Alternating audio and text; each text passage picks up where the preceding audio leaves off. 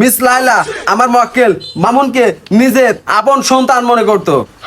যাহা বলিব মিথ্যা বলিব, মিথ্যা বলিব সত্য বলিব না। মাই লর্ড, এই বুড়া বেড়িকে কিভাবে দর্শন করা সম্ভব? অবজেকশন ইওর অনার, আমার মক্কেল প্রিন্স মামুন। যা বলিব লায়লাপুর পক্ষেই বলিব, মামুনের পক্ষে বলিব না। অর্ডার অর্ডার অর্ডার, কোর্টের কার্যক্রম শুরু হোক। ইন্সপেক্টর দাবেদ মামুন লায়লাকে কোর্টে হাজির করা হোক।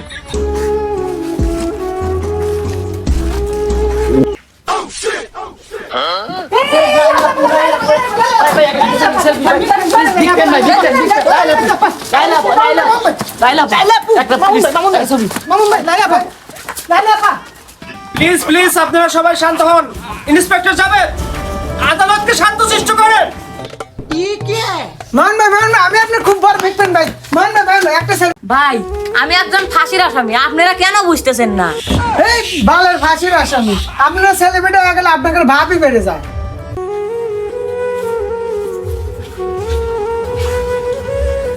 অর্ডার অর্ডার অর্ডার, কোর্টের কার্যক্রম শুরু করা হোক।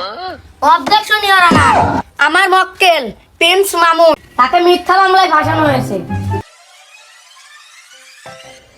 আমার মক্কেল লায়লা কাছে গুলশান থেকে একখান 5 তলা বাড়ি ছিল, এটাই কি তার অপরাধ? মিস লায়লা আমার মক্কেলকে যে ধর্ষণের মামলা দিছে, কিভাবে সম্ভব? সে তো একটা টিকটক প্রতিবন্ধী। ইওর অনার, আমার মক্কেলকে নির্দোষ প্রমাণ করা হোক। অবজেকশন মাই লর্ড, আমার বিপক্ষে যে উকিল কথা বলেছে সবই মন গড়া, সবই ভিত্তিহীন। মিস লায়লা আমার মক্কেল মামুনকে নিজের আপন সন্তান মনে করত। আমার বিবেক আছে বুদ্ধি। এই মামুন আমার মক্কেলকে সরলতার সুযোগ নিয়ে তাকে ধর্ষণ করেছে। অবজেকশন ইওর অনার, আমাকে কিছু কথা বলার সুযোগ করে দেওয়া হোক। আপনাকে কথা বলার জন্য অনুমতি দেওয়া হলো। মাই লর্ড, এই বুড়া বেড়িকে কিভাবে দর্শন করা সম্ভব? মাই লর্ড, আমার প্রথম সাক্ষী মিস লায়লার বাসার কামের লোক, তাহাকে কিছু কথা বলার সুযোগ দেওয়া হোক। আপনাকে অনুমতি দেওয়া হলো।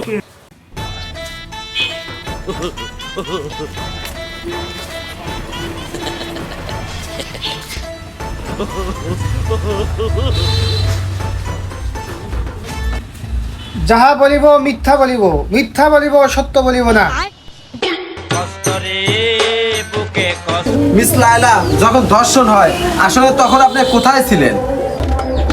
আসলে কি বলবো, আমি রুম ঝাড়ু দিতে দিতে খাটের নিচে চলে গেছি। তারপর সে খাটের নিচ থেকে বেরিয়ে এসে দেখি লায়লা মামুন ধর্ষণ হয়ে গেছে। আপনি এখন আসতে পারেন। ইওর অনার, আমার পরবর্তী সাক্ষী লায়লার বাসার নিচে বাদাম বেচে, তাকে কাঠগড়ায় আনার জন্য অনুরোধ করছি। পরবর্তী সাক্ষীকে কাঠগড়ায় আসার জন্য অনুরোধ করা হলো।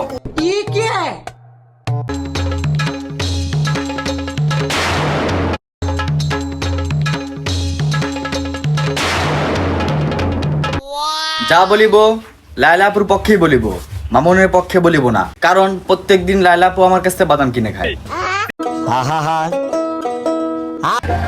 মিস লায়লা যেদিন ধর্ষণ হয় সেদিন আপনি কোথায় ছিলেন? আমি প্রতিদিনের মতো সেদিনও লায়লাপুর বাসার নিচে বাদাম বিক্রি করতেছিলাম। হঠাৎ তারপরে দেখি কান্নার আওয়াজ। তো এটা সাধারণ কোনো কান্নার আওয়াজ না। তারপরে দেখি তারা হুড়োভাবে মামুন ভাইকে গেট দিয়ে বেরিয়ে আসতে। কোনো কাপড় ছিল না, শুধু আন্ডার অয়েল ছিল। মহামান্য আদালত, ইতিমধ্যে আমি জলজন্ত 2টা সাক্ষী প্রমাণ দিয়েছি, মামুনের কোনো সাক্ষী নাই।